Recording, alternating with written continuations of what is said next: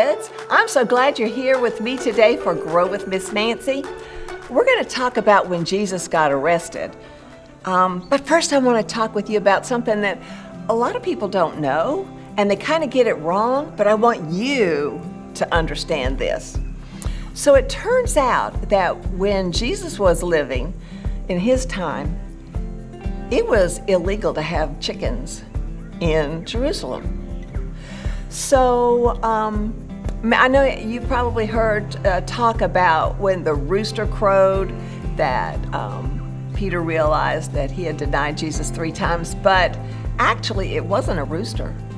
The truth is, there was a Roman castle of Antonia, and the Roman guards changed guards every 3 hours.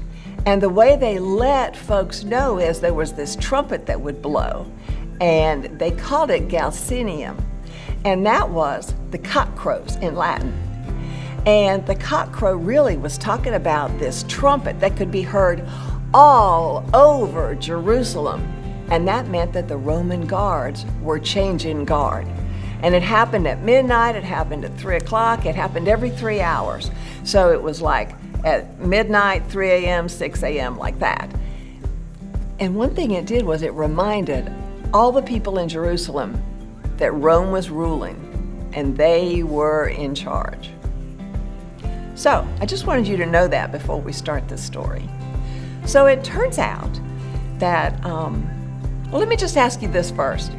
Have you ever done something really bad to somebody else, and then you were so sorry you did it and you felt so bad about it, and they forgave you, and it was just the most freeing feeling that they forgave you? Well, that's what happened with Peter. You know, at the Last Supper, Jesus was talking with all the disciples for the last time. He was given the last teaching before he was going to be arrested. And it turned out that he said, tonight, every single one of you are going to desert me. Well, the disciples were in shock. They couldn't believe that would be true. And Peter said, "Oh no, not me. I would go to prison with you. I would die for you." And Jesus said, "Before the cock crows tonight, you will have denied me 3 times. Oh, Peter couldn't believe that.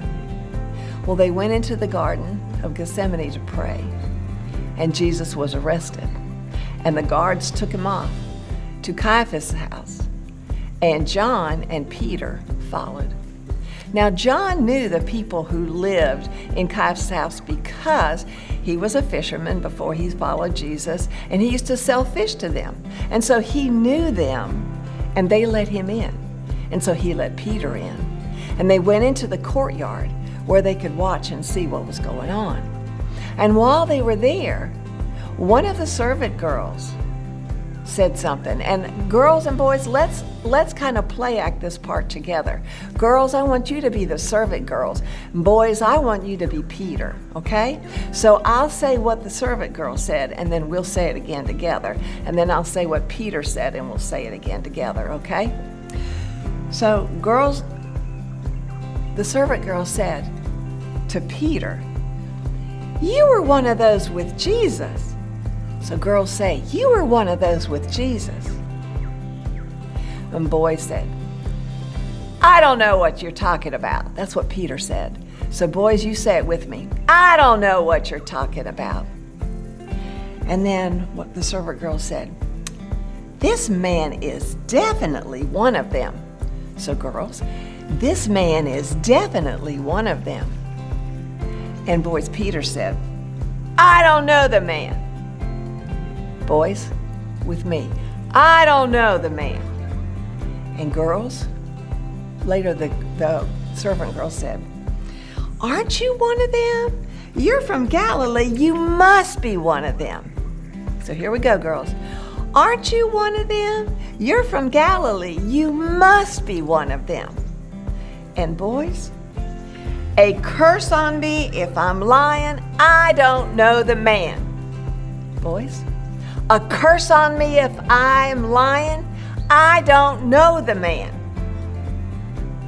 And then the cock crow happened. And Peter remembered, Jesus told me I would deny him 3 times, and I have done it. And he was so upset, and he left crying bitterly. Later, Peter told this story. You know, that's kind of an embarrassing thing that you've denied Jesus. And yet, he told the story to others. And why do you think he told that story? He told that story on himself because Jesus forgave him. Jesus loved him so much that he forgave him for even denying himself. You know, Jesus loves us too. And when we do things that aren't right, when we do stupid stuff, God will forgive us. Jesus will forgive us. He will stick with us closer than a brother in our tough times. And we need to remember that, because sometimes we do have hard times. Even when we do wrong, Jesus still loves us. Well, it was good to see you today. I'll see you next week. Bye.